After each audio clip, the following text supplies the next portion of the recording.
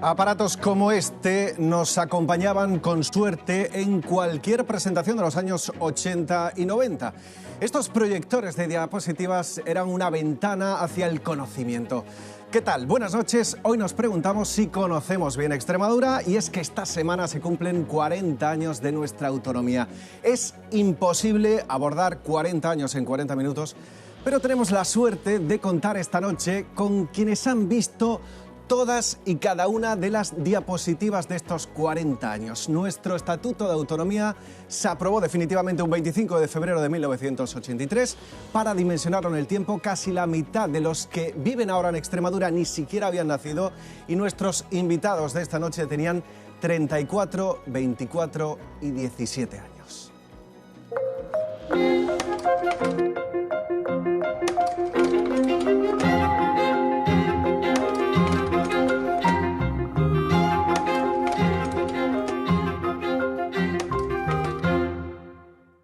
Por primera vez juntos en un plató de televisión nos acompañan esta noche Guillermo Fernández Vara, ¿qué tal? Buenas noches. Buenas noches. Juan Carlos Rodríguez Ibarra, ¿qué tal? Buenas noches. Buenas Gracias noches. por estar aquí. José Antonio Monago, muy buenas noches. Muy buenas noches. Como decimos, la primera vez en un plató de televisión juntos con un motivo especial, que es hablar de los 40 años de Extremadura.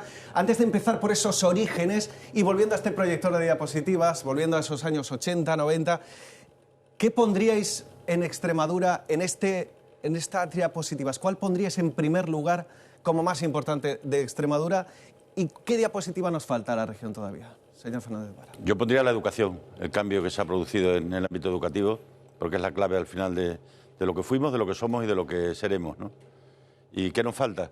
Pues que Extremadura, que ha vivido, España, que ha vivido muy cómoda mientras se desarrollaba el norte con industria y se era solidario con el sur, que se dé cuenta de una vez por todas que las cosas han cambiado y que para eso hace falta igualar todas las infraestructuras y las capacidades que podamos tener los ciudadanos de podernos comunicar. ¿Qué podría el señor Rodríguez Ibarra en esas diapositivas? Pues yo, como has dicho que la mitad de los extremeños no habían nacido, yo pondría en las imágenes de Tejero entrando en el Congreso de los Diputados tal día como hoy, hace 42 años. Y estuvimos a punto de jugarnos la democracia y el futuro Estatuto de Autonomía para Extremadura. Fue un golpe de Estado que afortunadamente no llegó a mayores. Yo estaba allí y lo sufrí. ¿Y qué diapositiva nos falta? ¿Qué nos falta? No lo sé. Seguramente muchísimas, ¿no? No tengo ni idea. Es que no entiendo muy bien la pregunta. ¿Qué significa qué diapositivas nos faltan? Bueno, ¿qué nos falta Extremadura? Imaginemos que toda Extremadura en estos 40 años son diapositivas. ¿Y qué nos falta? Pues a lo mejor los extremeños que emigraron o lo que usted considere.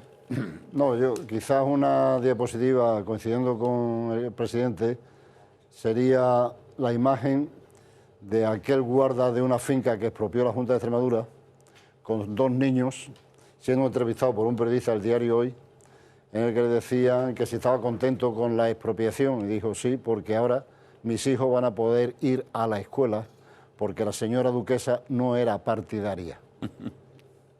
Eso justifica una vida dedicada a la política. Una historia con un final no muy feliz, porque luego esa finca finalmente no fue No fue expropiada, pero el hombre creía que sí. Bueno, desde luego esa frase lo dice todo. Señor Monago, ¿cuál pondría en primer lugar de esas diapositivas? Pues yo creo algo que se ha conseguido entre todo el pueblo extremeño, ¿no? Y que es el sentimiento de región. Antes la ocultábamos, nos mirábamos de reojo con un cierto complejo cuando salíamos de nuestra frontera, pero yo creo que ahora la inmensa mayoría de los extremeños lucen con orgullo su condición de extremeño y eso ha sido una historia de lo conseguido en los últimos años. O sea que el sentimiento de orgullo, de pertenencia a un gran pueblo como es el extremeño. ¿Qué falta? Pues seguramente faltan muchas cosas, seguramente quienes nos vean dirán que faltan muchas cosas. Bueno, por aportar algo, ¿no? Compartiendo también lo que aquí se ha dicho, creo que quizá nos falta algo en cuanto a infraestructura. Eso es una constante que la están reivindicando mucha gente y que podría formar parte de una de las diapositivas. Bueno, pues antes de apelar a vuestros recuerdos de aquellos años 80, hemos preguntado a ustedes qué recuerdan de aquel 1983. Esto nos han dicho. Yo, mi boda, mi aniversario. En el mismo año me casé. Teníamos, ¿cuánto? 20 años, 21. Pues nada, muy bien, una celebración total.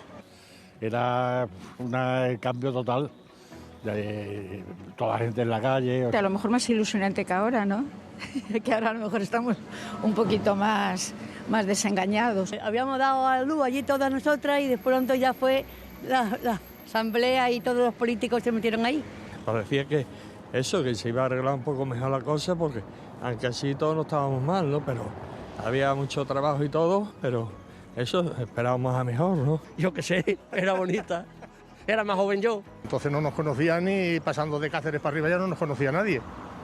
Y hoy ya por lo menos ya nos conocen bastante. Fue buenísimo. Y la cosa fue bien, bueno, pues ya está, y aquí estamos. La cosa fue bien y aquí estamos. En 1983, decía, vamos a apelar un poco al recuerdo. Diario de sesiones del Congreso de los Diputados. Estamos a finales de enero de 1983. Se somete a votación por primera vez nuestro Estatuto de Autonomía. Y allí está Juan Carlos Rodríguez Ibarra cuando se aprueba ese estatuto, que dice: creo que hoy no es ningún día histórico para Extremadura. Hoy es ayer todavía en Extremadura. Es un lugar de paro, miseria y emigración en el que nos encontramos. Sucede que teniendo mucho no hemos dispuesto de casi nada. La autonomía nos dará la razón y la fuerza para decir basta. ¿Conseguimos decir basta, señor Rodríguez Ibarra? Hombre, había desconfianza porque la historia de Extremadura no ha sido una historia fácil. Ha sido una historia de desengaños, de mentiras, de explotación, y los extremeños de pronto se sorprenden con un nuevo instrumento, que es el Estatuto de Autonomía de Extremadura. Pero no era fácil enganchar a la gente, porque había sido tantos siglos de abandono que un instrumento que nos permitiera estar de nuevo al frente del destino de la región necesitaba engrasarse y necesitaba hacerse creíble.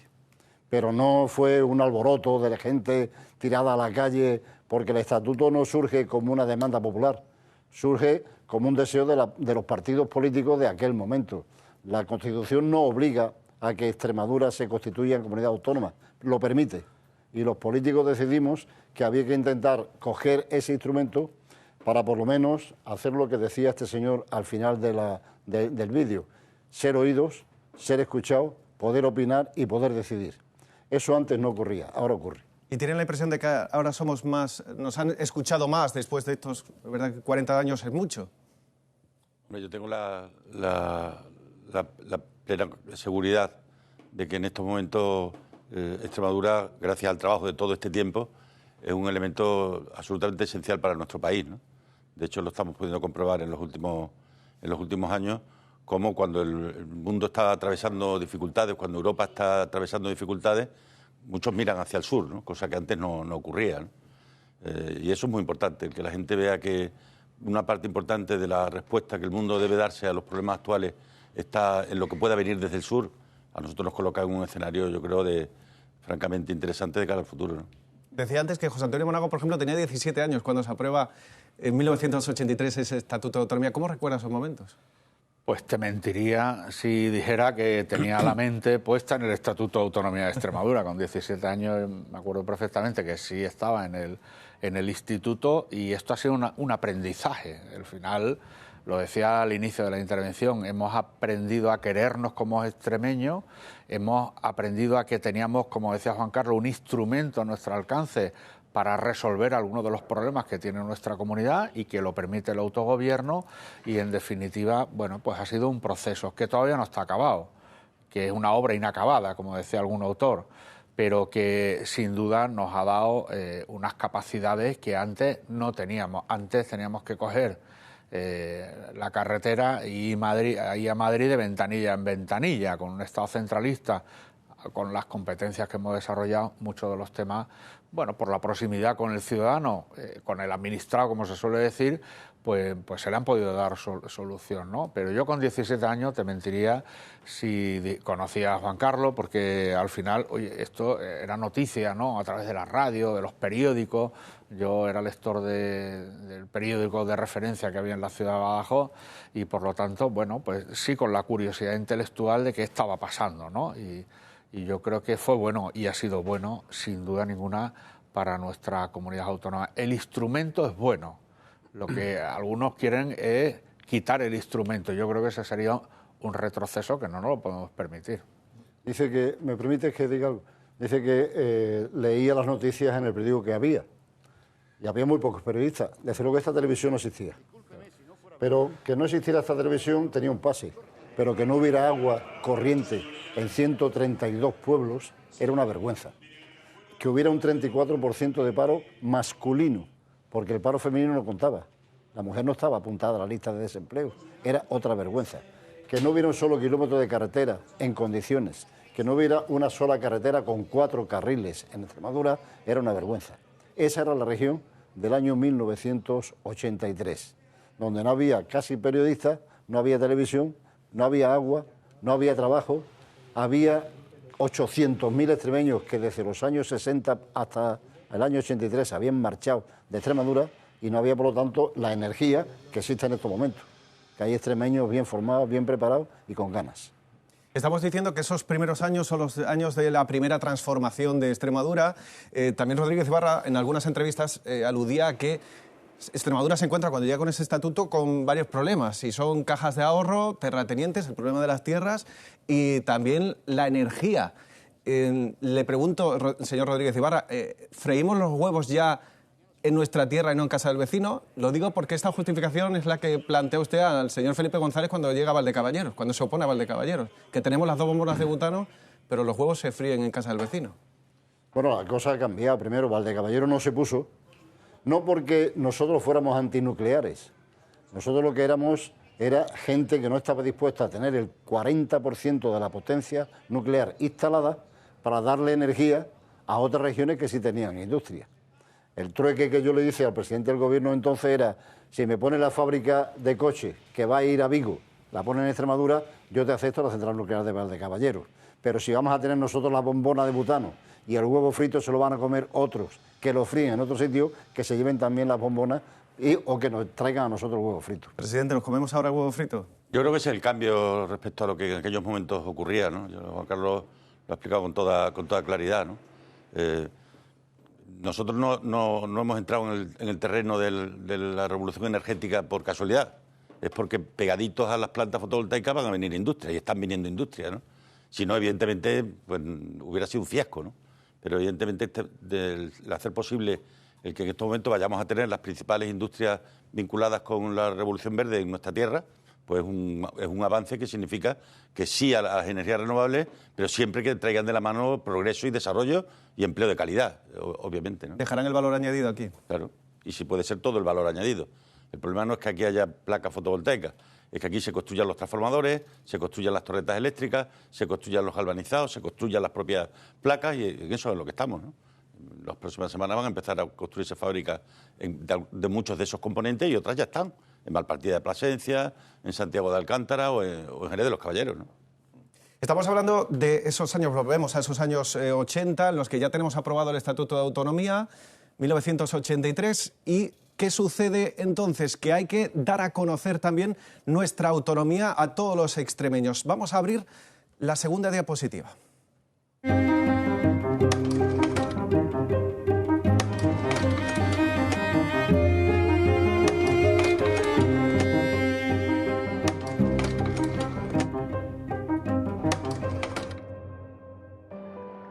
Más de 100.000 personas se juntaban en cada una de las primeras celebraciones del Día de Extremadura que tenían lugar en Trujillo. Desde 1987 hasta 1993, esta localidad acogía los actos, además de Guadalupe. Eran eventos únicos, multitudinarios. Los conciertos de primeras figuras del panorama internacional eran un gran reclamo.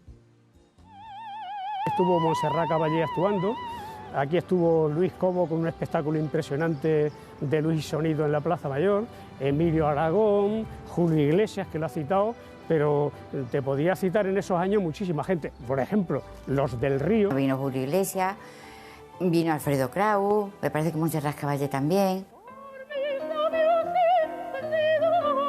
Sobre todo Montserrat Caballé, que subí a verla aquella noche, y me encantó en el sentido de que era muy agradable. La magnitud de las actuaciones era la forma de celebrar la autonomía que nacía y llamaban la atención de quienes visitaban la localidad de poco más de 9.000 habitantes, que esos días multiplicaba por 10 la cifra. El gentío impresionante.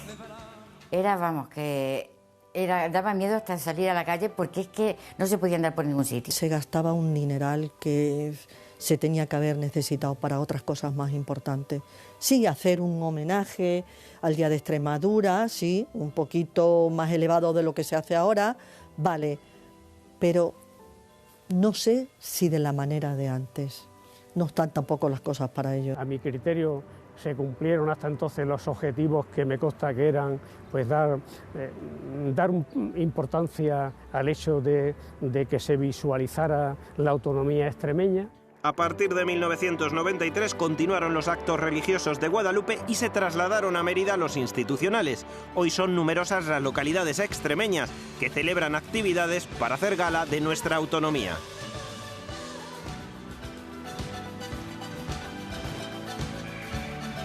Bueno, pues son impresionantes las imágenes, más de 100.000 personas en esa Plaza Mayor. Imagino que sí que se consiguió ese objetivo de sentirnos más extremeños, de apuntalar nuestra identidad extremeña y dar a conocer ese estatuto de autonomía. No en su texto, pero sí... Sin duda, y hubo un hecho que influyó mucho en aquel tiempo para toda una generación de extremeños y extremeñas, que fue la Semana de Extremadura en la escuela. Probablemente, incluso más que las propias celebraciones de los días de Extremadura, el que durante una semana del curso en todos los colegios, en todos los institutos de Extremadura, se hiciera especial énfasis en conocernos a nosotros mismos, fue yo creo una aportación enorme al sentimiento de pertenencia que es fundamental en una región, en una autonomía. Estoy de acuerdo, lo de la Semana de Extremadura fue muy importante para que los niños y las niñas de nuestros colegios, de nuestros institutos, fueran creando un sentimiento de pertenencia. Por aprovechar también el tiempo, a lo mejor hay que empezar a hacer la Semana de Extremadura contra la violencia de género en la escuela. Porque de igual que se creó conciencia de región, hay que crear conciencia de igualdad entre hombres y mujeres para que no existan los asesinatos y los crímenes que van existiendo. Y algunos han dicho en el reportaje que no están las cosas ahora como antes. Recuerdo que empezamos con 1 millón de euros de presupuesto. Ahora hay, presidente, 7.000 millones de euros. Es decir, las cosas están mucho mejor que antes. Y segundo, algunas de las figuras... Pero no imaginamos que tanto, ¿no? Algunas de las figuras... Yo no me podía imaginar que pudiéramos tener 7.000 millones de euros a disposición de Extremadura. Y algunas de las figuras que vinieron no cobraron. Por eso, por ejemplo, Montserrat Caballé tiene la medalla de Extremadura. Tenía, ya murió, no cobró. Vino porque le caíamos simpáticos, porque quería hacer algo por nosotros, porque era una catalana que nos quería, que nos apreciaba y además nos robaba. Enseguida veremos también algunas de las polémicas con Cataluña, que las ha habido también en este periodo. Señor Bonado. Bueno, no me has preguntado por los huevos fritos. Me has preguntado a los dos presidentes por los huevos fritos, pero a mí no me has preguntado por los huevos fritos. Ahora, pues yo creo que hay que ser siempre, no quiero hacer partidista el argumento, pero creo que el extremeño que nos queremos, ¿no? Tenemos que ser muy exigentes porque seguimos poniendo muchas bombonas en muchos sectores, y algunos de los huevos se escapan y no se quedan aquí, y en eso tenemos que ser muy celosos siempre para que ese valor añadido y con las necesidades que tiene la región pues podamos contribuir, ¿no?, a la mejora y a la convergencia con la media española. Dicho lo cual, es verdad que eso era un chute, ¿no? Esas imágenes donde se ven a tantísimas personas eran un chute, y lo enlazo con lo que decía al inicio, es decir, empezamos a construir una identidad, a sentirnos orgullosos de ser extremeños. Lo leíamos, lo escuchábamos, no nos lo creíamos mucho al principio, pero empezamos a creerlo cuando... Primero desde el vector de la educación, que lo comparto, fue fundamental, pero sobre todo con las grandes concentraciones de personas, esas banderas, en muchas ocasiones habréis visto que estaban al revés, es que no sabíamos ni cuál era el color que iba arriba de la bandera, si era el verde o era el negro, pero bueno, se fue educando la sociedad, ¿no? Yo creo que eso ha hecho que hayamos llegado hasta ahora y que seamos conscientes que todavía queda mucho camino y sin duda, bueno, pues estemos muy orgullosos de querer construirlo juntos. Es verdad que esta región, que es muy grande, que es casi como la mitad de Andalucía, pues tiene 1 millón de habitantes. Por eso tenemos que ser muy exigentes siempre, ¿no? Con lo que decía anteriormente Juan Carlos de la bombona, porque si no somos exigentes, si no levantamos alguna vez la voz, pues otros piensan que no necesitamos, y sí necesitamos todavía que los huevos fritos pues se frían aquí. Hablando de los colores y de la bandera que comentaba, tenemos una bandera con esos colores, verde, blanco y negro, un día de Extremadura elegido, en 1985 se celebra el 8 de septiembre en Guadalupe. ¿Por qué? Quizás le pregunto más al señor Rodríguez Vara, ¿por qué esos colores de bandera y ese día 8 de septiembre para celebrar nuestra extremeñidad? Pues yo no creo que haya ninguna bandera en el mundo que pueda explicar algo novedoso respecto a sus colores.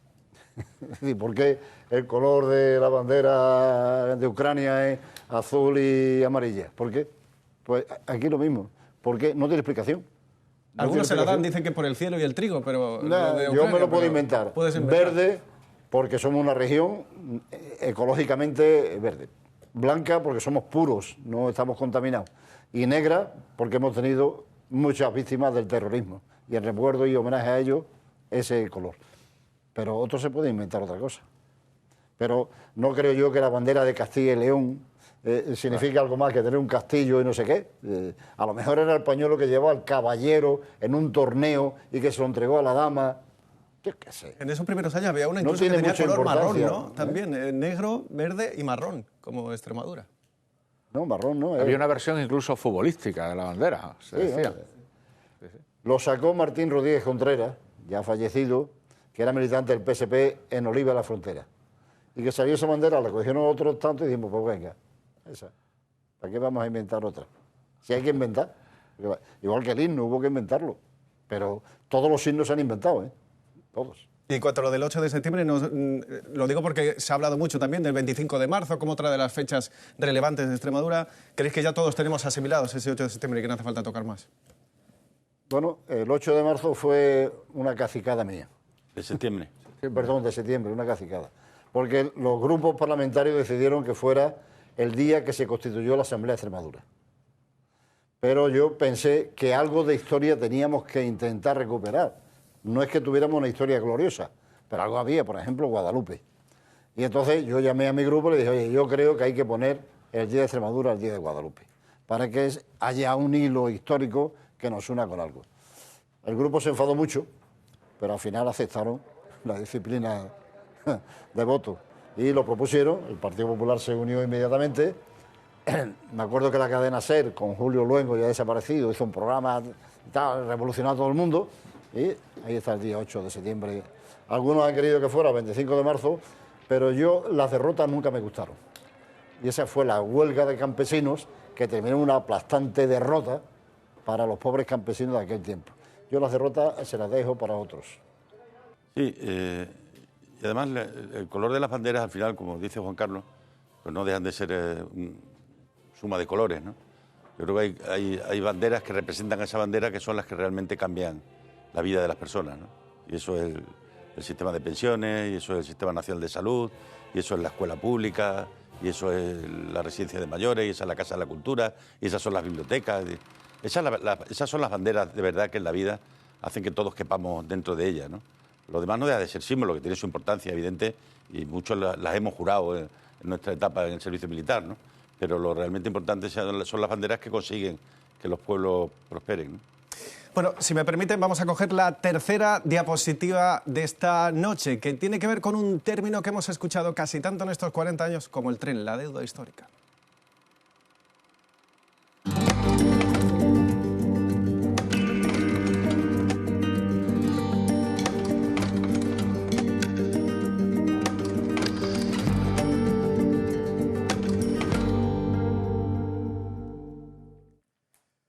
Esa factura que el Estado debe a nuestra región está incluida en ese Estatuto de Autonomía como inversiones extraordinarias. Ha sido una larga lucha de todos ustedes como presidentes con el Estado para que pueda saldarse. ¿Se ha saldado ya? Formalmente no. Formalmente está pendiente tanto eso como las inversiones extraordinarias del Estatuto de Autonomía, ¿no? Ahora bien, yo, al menos en los últimos años, y estoy convencido, José Antonio, en su etapa también, lo que hemos exigido del Gobierno de España ha sido que en forma de ayuda a las implantaciones empresariales, España se moje y se la juegue, ¿no? La semana que viene se va a iniciar una fábrica de semiconductores en Trujillo y llega casi 200 millones de subvención de del Gobierno de España y del Gobierno europeo, ¿no? Es decir, tienen que pagar la deuda histórica haciendo lo que en su día no se hizo, que fue llevar las inversiones al norte con la mano de obra del sur. Entonces, en resumen, esa es la deuda histórica. Tienen una deuda con Extremadura nacida del momento en el que Extremadura salió clarísimamente perjudicada cuando alguien decidió que el futuro próspero iba a estar arriba con la gente que vivía abajo, ¿no? Y eso lo tienen que compensar y creo que faltan todavía muchos años para que la demos por cumplida. Bueno, no ha llegado. La deuda, ¿qué podemos entender por deuda histórica? Lo que necesitamos añadido para al menos estar en la media, ¿no?, de renta per cápita del conjunto de las comunidades autónomas de España. Yo creo que es una aspiración muy legítima y cuando uno está muy por debajo le pide al Estado, pero no porque le tire de la levita al Estado, sino porque hay un principio constitucional que es el de solidaridad interterritorial. Oiga, usted me tiene que ayudar. Y además lo tenemos recogido, como bien has dicho, en el Estatuto de Autonomía, que es una ley orgánica, pues las fuentes de financiación adicionales y esas inversiones extraordinarias, dice el Estatuto, por importe del 1% del PIB, al menos eso, que si el PIB está en 20.000 millones son 200 millones de euros más de lo que puede venir. Ha venido una parte, pero muy pequeña, y eso nos salda con mucho la deuda histórica. Pero lo que pide el pueblo extremeño y las instituciones extremeñas cuando hablan de deuda histórica es algo que viene recogido en la Constitución, que viene recogido en nuestro estatuto y que no supone quitárselo a nadie, es decir, sino simplemente que uno tiene esa necesidad. Cuando uno tiene un padre de familia, 3 hijos y uno tiene una debilidad, uno tiene que ayudar al que tiene la debilidad. ¿Para qué? Para que al final esté como el resto, ¿no? Eso es lo que pide la comunidad autónoma. Y es verdad que esto ha sido un esfuerzo de todos los presidentes. Nos hemos peleado siempre buscando financiación extraordinaria, ayudas extraordinarias a nuestra comunidad autónoma. Y eso, bueno, debe ser ahora y en el futuro una constante porque todavía no llegamos a la media de convergencia con bueno, los niveles de renta. Es que el PIB per cápita regional son 20.000 millones de euros, muy por debajo del resto de las comunidades autónomas. Te voy a contar una anécdota. Cuando negociamos las transferencias de sanidad, del INSALU, los servicios sanitarios, yo recibí una orden del presidente de venirnos de Madrid de la negociación si no nos daban 5.000 millones de euros más en la base, 5.000 millones de pesetas más en la base de lo que entonces estaba encima de la mesa negociando, ¿no? Porque eran las oportunidades. A partir del momento que fue, yo creo, un elemento también a reflexionar, el acierto en dar ese salto cualitativo en la autonomía de recibir la educación y la sanidad, además del inserso, ahí en la base de la transferencia educativa y de la transferencia sanitaria vino una cantidad de dinero también importante para poder tener luego el desarrollo que hemos podido tener en el tiempo, ¿no? Y se buscaba añadir ese dinero de más en esas transferencias, a lo mejor. Pero por mucho dinero que venga, ¿quién paga esto? No sé si se ve. Esa es la población de Extremadura en el año 50. Tenemos 1.400.000 habitantes y mira la curva. Año 1983, 1.070.000 habitantes. Esa gente no se murió, se fue. Es decir, en 10 años se fueron. ¿Qué región aguanta eso? Es decir, si a Madrid, que tanto presume ahora, de pronto se le fuera en 10 años la mitad de la población, se fueran, a ver qué decían los madrileños. Pues esto es lo que nos pasó a nosotros. Es decir, que se nos fue la gente. Entonces, esa deuda, ¿quién no la paga? No la paga nadie. Como ha dicho el presidente Guillermo Fernández Vara, es que esto era un círculo vicioso. El dinero nuestro, no solamente extremeño, iba de las cajas de ahorro al coeficiente de inversión obligatoria. Es decir, había que invertirlo donde dijera el régimen de Franco de aquel momento. ¿Dónde se invertía? Aquí no. Se invertía en Cataluña, se invertía en el País Vasco para empresas y para infraestructuras. Y como había que hacer muchas carreteras, pues entonces había que llevar albañiles y allá que te iba la gente de los pueblos. Y como llegaba la gente de los pueblos y se iban con su familia, había que hacer viviendas y allá que había que mandar más albañiles para hacer viviendas. Y como había ya gente viviendo, había que hacer escuelas. Allá que iba más gente, esto no tenía fin. Y por eso esta curva es una curva desesperante, porque es que no creo que exista ninguna región que tenga esta caída en vertical. Esta es la deuda que tiene, no digo desde el año 50. Te puedo leer cosas del conde de Campomanes o de Juan Meléndez Valdés diciendo una región que no tiene nada. Nada, ni agricultura, ni turismo, ni camino, ni industria, ni comercio. Y vienen a nosotros, decía Meléndez Valdés, a que intercedamos ante el rey para que esta región no desaparezca. Esta es la historia de Extremadura. Muchos de esos extremeños emigraron a Cataluña. Precisamente Cataluña ha sido protagonista, lo comentábamos antes, de algunos enfrentamientos que podemos llamar de históricos con nuestra comunidad autónoma. Bien.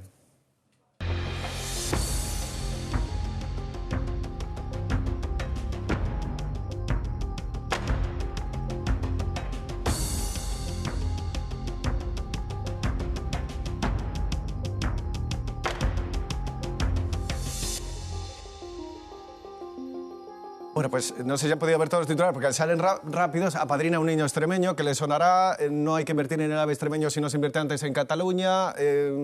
Reciben el PER los trabajadores para ir al bar a gastárselo.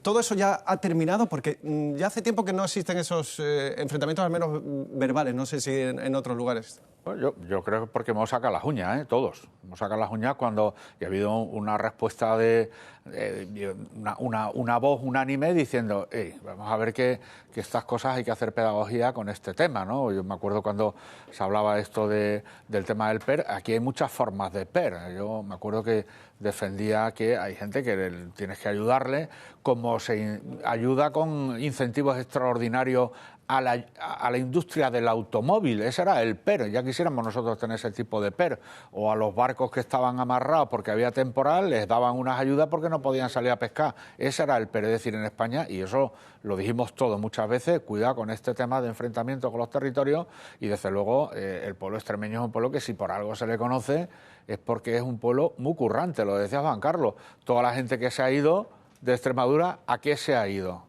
No se ha ido a tocar la guitarra, se ha ido, bueno, alguno habría que tocar a la guitarra, pero se han ido a trabajar. Es decir, esa era la característica y la seña de identidad. Pero tenemos que seguir insistiendo en ese argumento, porque lo que planteaba el presidente Ibarra, que está pasando en las Castillas, que es el reto demográfico, me da la intuición de que esto no se va a parar, esa gráfica, ¿no? Y por lo tanto hay que repensar también un poco cómo se construye esto que se llama España. No puede ser todo, bueno, con todos los respetos, no puede ser todo el Levante, para algunos solo es el Levante, para otros solo sigue siendo el norte, para otros es el centro, pero Extremadura, las Castillas, hay una España de interior que necesita todavía que se repiense todo lo que es el planeamiento de un país. Es decir, no se puede construir uno a costa del otro. ¿Hacían daños estos mensajes? Sí, en un momento dado, la burguesía catalana pacta con Madrid. Y lo que pacta son privilegios. Y por eso nunca han querido estar en las mismas condiciones, siempre han querido tener no solo un discurso propio, sino también un escenario propio. Ahora a veces me preocupa que en Madrid pueda estar pasando una cosa parecida. Es decir, cuando uno no se reconoce o no reconoce que solo desde la igualdad de oportunidades compartida por todos y cada uno de los españoles podemos construir patria, que la patria no es posible si no es la suma de muchos ciudadanos por encima exclusivamente de los territorios. España es mucho más que 17 trozos pegados unos a otros, pero Cataluña siempre quiso mantener el privilegio que la burguesía catalana siempre reclamó para sí. Y cuando llega la democracia y llega la autonomía y llegan las voces de los gobernantes de las autonomías a poner las cosas en su sitio y a llamarles a las cosas por su nombre, pues evidentemente ahí se produce un choque. Como decía antes José Antonio, pues gracias a que hemos tenido a la autonomía y hemos tenido nuestras instituciones, hemos evitado que esos deseos permanentes de privilegio que tenían se pudieran consolidar, ¿no? Señor Rodríguez Vara, rompían cristales contra nosotros. Yo tuve muchos enfrentamientos con el presidente Pujol. Ninguno de los tres que estamos aquí hemos pisado la cárcel. Pujol algún día la pisará, aunque después de todo lo que ha robado sigue paseándose tan ricamente por las Ramblas. Por cierto, cosa que no puede hacer el rey Juan Carlos, que tiene muchísimo más mérito que Pujol de aquí a Lima. Pero hemos decidido que el rey esté exiliado y Pujol paseándose por la Rambla. Pero yo creo que en ese aspecto no ha habido diferencias ideológicas entre nosotros. Exigíamos nuestra cuota de poder y nuestro derecho. Todo el dinero del PER que se emplea en Extremadura no llega a todo el dinero que se puso a disposición de la SEA para mantener ese negocio de coches en Barcelona. Entonces, nosotros hemos intentado defender lo nuestro porque era nuestra obligación y creo que ahí no me falla ninguno. Bueno, fijaos, vamos avanzando en nuestro programa. Decíamos al comienzo que 40 minutos para abordar 40 años es muy complicado, pero imagínense mirar hacia otros 40 más adelante. Abrimos diapositiva de futuro.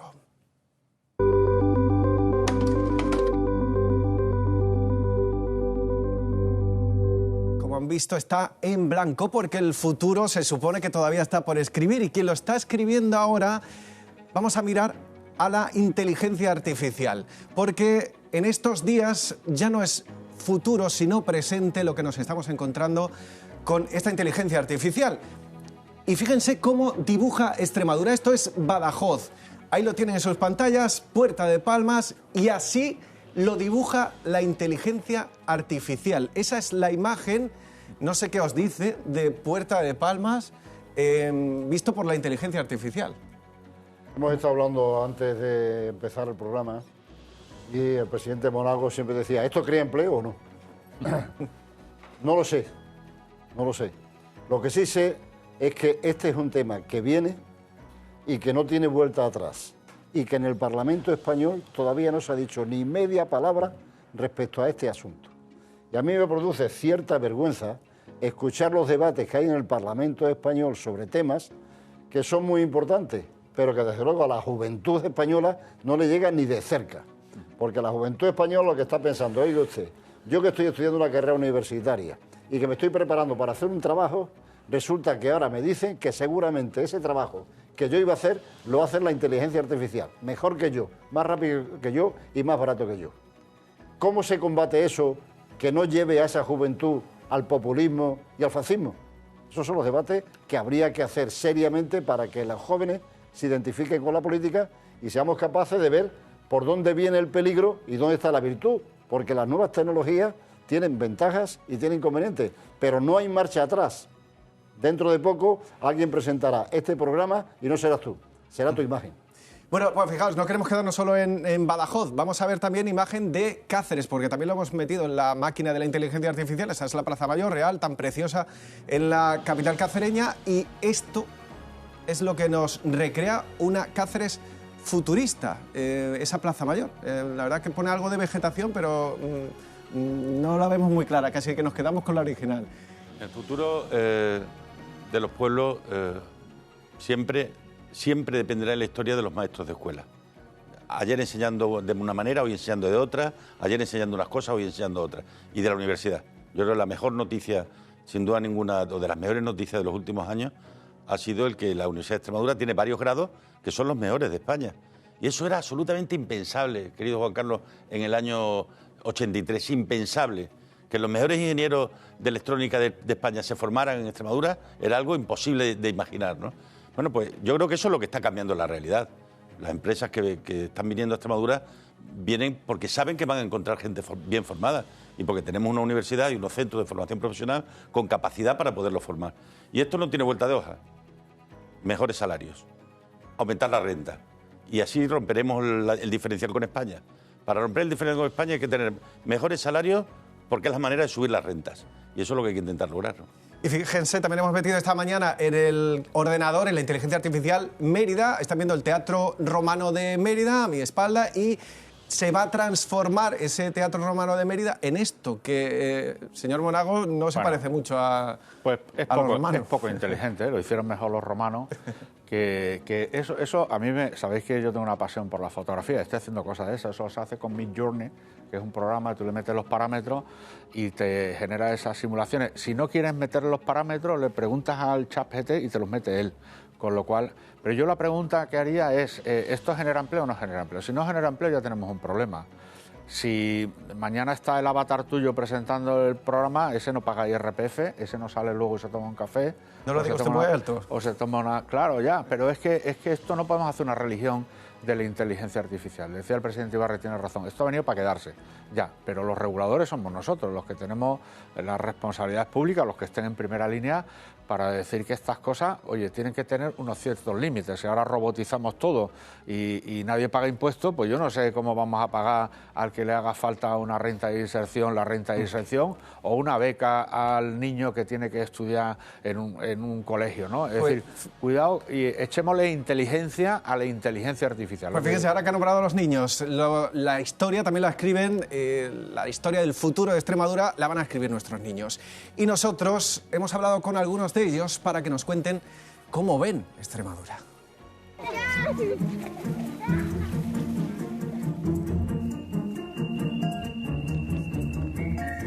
Los paisajes de Extremadura. Aquí vivían los romanos y son típicas las olivas. Está en el campo. El puente.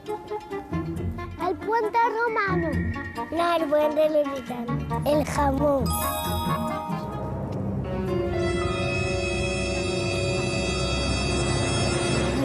Con de broma. ¿A qué se puede dedicar ese señor? A dar con el martillo en la mesa. El alcalde de Mérida se dedica a los impuestos. Creo que es el presidente de Mérida. Creo que es el presidente de Extremadura. A ver si conocéis a alguno de estos personajes. ¿No te suena ninguno? Tienen pinta de españoles, ¿no? Sí. ¿Y de extremeños? Sí. También. Verde, blanca y negra. Verde, blanca y negra. Verde, blanca y negra. Yo no me acuerdo de las todas, las banderas de color. Extremadura, de las encinas.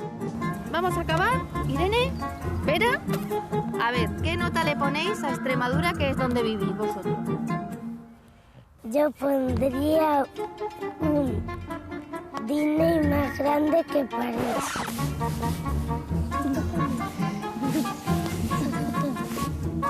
Yo creo que os habéis pasado. Es que es del 1 al 10, a ver, es que...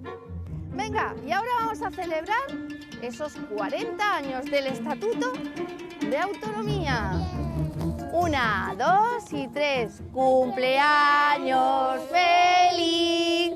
¡Cumpleaños feliz! Te deseamos todos. ¡Cumpleaños 40! Celebrando los 40 años de Extremadura, ya saben cómo son los niños. ¿Os han puesto algunas profesiones diferentes, como juez o impuestos, que cobra impuestos, decían los niños? Yo, bueno, no diré nada peyorativo porque entonces, claro, uno está...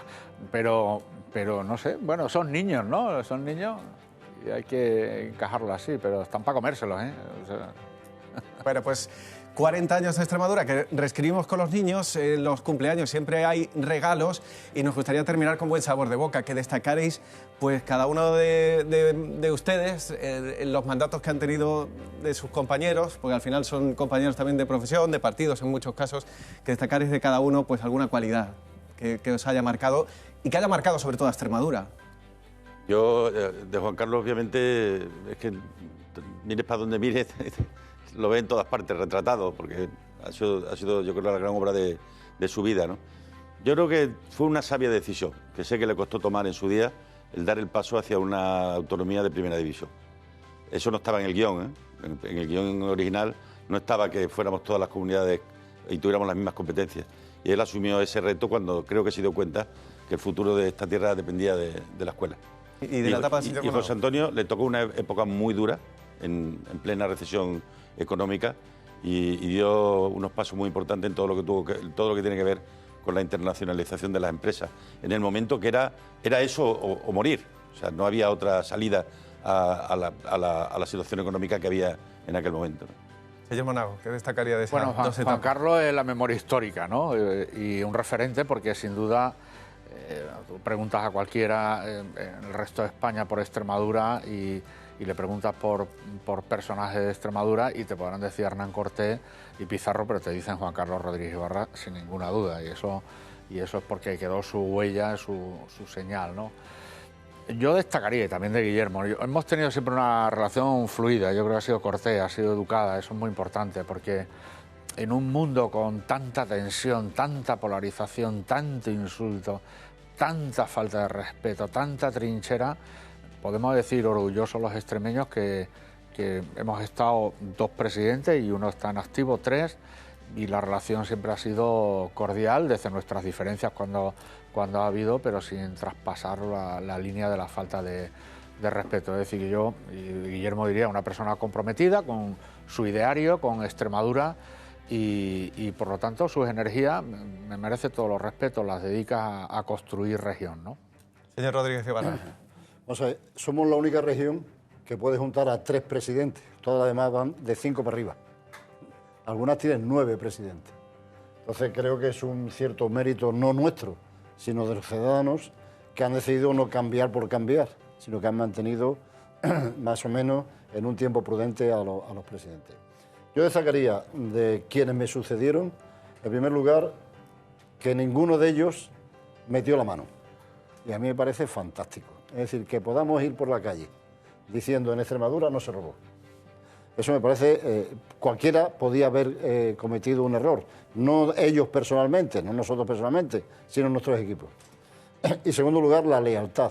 Yo he percibido lealtad personal.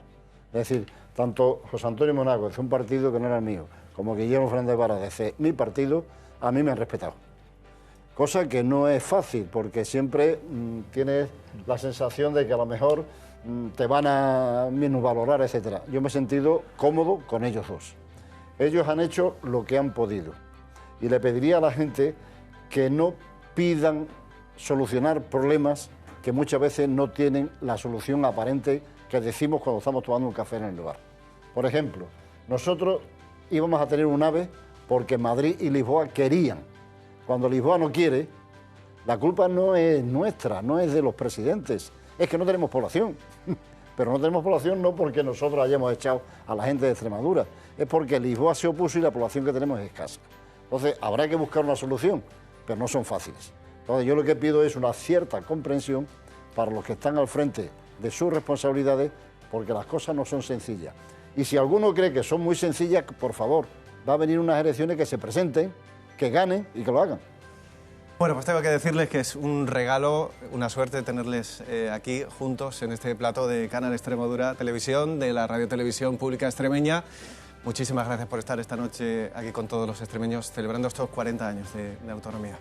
Bien, muchas gracias. Muchas gracias. Llegamos a la última diapositiva de este proyector, pero la buena noticia es que si se han quedado con ganas de más, tenemos muchísimas más. Mañana con un especial Primera Hora de Canal Extremadura Radio con Pedro Fernández desde la Asamblea de Extremadura, y el sábado podrán ver en directo el acto íntegro de conmemoración de este 40 aniversario en un especial conducido por Silvia Solano desde las 10 de la mañana hasta la 1 de la tarde.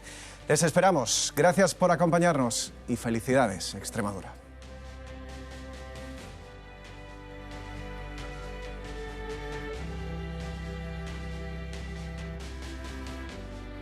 Queda definitivamente aprobado por las Cortes Generales la propuesta de reforma del Estatuto de Autonomía de la Comunidad Autónoma de Extremadura.